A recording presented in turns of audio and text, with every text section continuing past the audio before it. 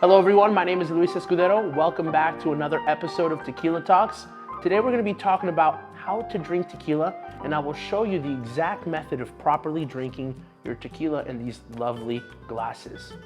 For starters, the most popular way to drink tequila is either in a margarita or a paloma, but with the versatility of tequila now that we have, from an unaged blanco all the way up to an extra aged extrañejo, your tequila can be plugged into any traditional cocktail like an old fashioned, a Manhattan, a mojito, or again, your most traditional margarita or paloma. Another way to enjoy tequila, and for novices or beginner drinkers, the chilling of your tequila shot and putting it right back, the chilling kind of dilutes and cuts some of those astringencies and alcohol components, which makes you and gives you an ability to drink the tequila much more easier and smoother. But for a tequila drinker like myself, who is a purist, I like to enjoy my tequila neat. If you are not familiar with what neat drinking is, that is just simply from the bottle into the glass, no ice, no dilution, no chilling, no mixing. And for a tequila drinker like myself that's been drinking tequila for a long time, that is my choice of tequila drinking. Now, another important phase and another important part of tequila drinking is the type of glass that we're going to be drinking our tequila in. For starters, we're going to start and begin showcasing the snifter glass, which is this glass right here. The snifter gives us the ability to not only cup the glass with our hand and warm up that spirit, but also provides a small stem for us to have a more refined drinking experience. The mouth of the snifter has a very wide and open mouth that gives us the ability to smell those aromas and not be so concentrated on that mouth. And then the swirling ability of the snifter gives us that ability to open up the tequila, aerate it properly, and get those aromas flowing up into the glass, into the larger mouth. The next glass that I want to talk about is the Glencairn glass. Traditionally, this Glencairn glass was designed for whiskey drinking. Now, any fine aged spirit or tequila also goes very well in this Glencairn. A little bit more of a hybrid stem here with a little bit of cupping ability, again, to be able to warm up that spirit. But the Glencairn has more of a tapered mouth here that concentrates those alcohol vapors and gives us a much more refined aromatic experience. Next, we have the tequila flute. The tequila flute is all about aesthetic and elegance. This flute provides us the ability to not warm up our spirit, but also to give it a nice swirl. And again, like the Glencairn, the flute has a well-tapered mouth to be able to concentrate those vapors so that when we do our aroma analysis, we're able to pick up all those different nuances. The tequila flute is definitely by far my favorite way to drink tequila. Again, the visual aesthetics and the ability to just swirl and not warm up your spirit, and again have that tapered mouth to be able to get all those aromas.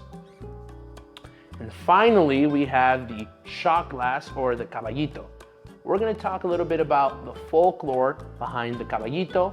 And back in ancient times, when agaves were being first harvested to make tequila, the farmers used to go around the farms and into the distilleries and carry a couple different types of gourds that not only had water, but also some of the gourds carried tequila.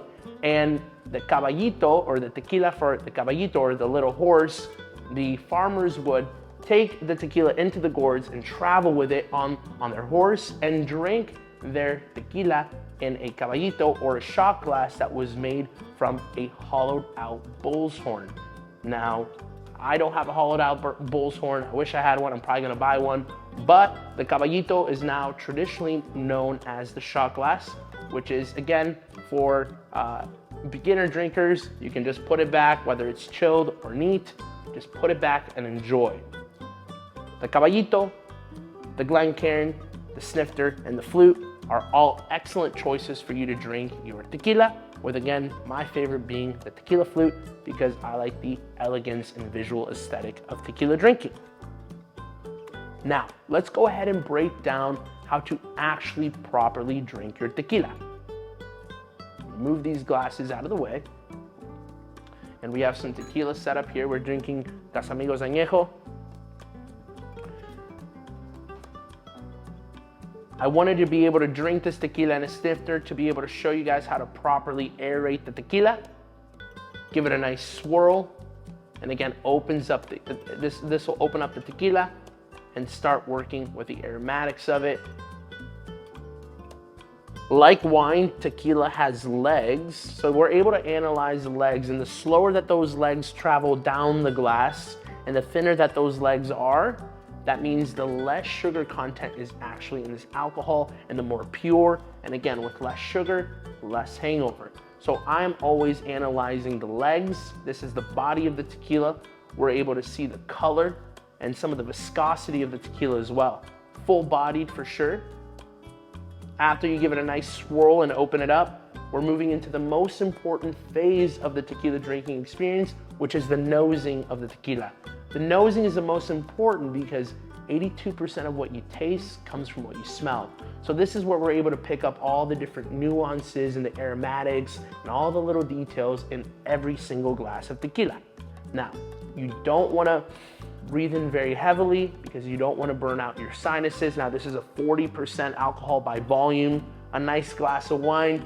You might want to take a stronger breath, but with tequila, you want to be a little bit more cautious. So kind of waft those vapors and start using your imagination to be able to notice all the different nuances and characteristics in the aromas, which is going to help you define what you're tasting. Right off the rip, I smell a lot of oak and vanilla here in this Casamigos Añejo.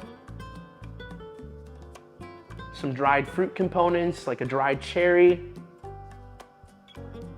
a little bit of pepper and spices. So once we actually finally do a nice nosing and we get our creative juices flowing and our imagination to what this tequila might actually taste like, we're gonna transition into our first taste, which is gonna be a very small sip. And as you take this small sip, you're gonna wanna breathe in just ever so slightly. Salud.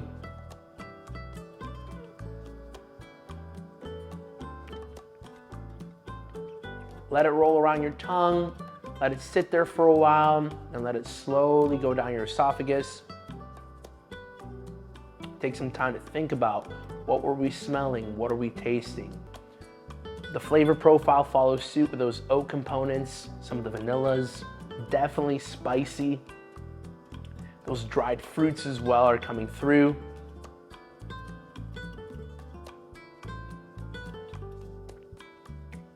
Let it roll around your tongue, let it cover your taste buds. Again, if you're a beginner drinker, it might be a little bit more harsh if you're not accustomed to the higher alcohol by volume of 40% ABV, 80 proof. You're gonna maybe notice a little bit more astringency, but as you develop your taste buds and as you develop your skill sets with drinking, it's gonna become much more smooth. The finish is very oaky. It lingers with some spices, those fruit components. But since this tequila is actually aged, we're also gonna notice some of the tannic properties, the tannins in the tequila.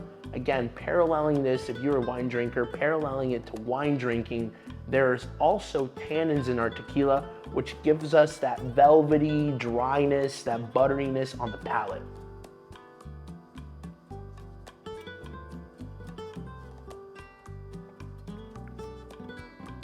Casamigos Añejo doesn't really have a very buttery or velvety feel on the palate. There's definitely other tequilas that, again, enhance that the tannic component, the tannic properties. If we're talking about barrel aging, French oak is gonna definitely have a higher tannic component into the tequila, which is gonna make that more buttery, velvety feel on the palate. So now, after we take a few small sips, after we breathe in and we're enjoying all the aromatics and all the different nuances in the flavor, we just get to kick back and enjoy our tequila. Salud.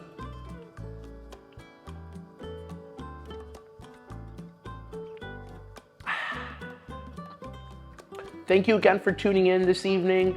I hope you have a lot of value from this video. But if you have any other questions, please feel free to comment. Go ahead and give this video a like, hit the subscribe button, and we'll see you next time on Tequila Talks. Salud. Thank you.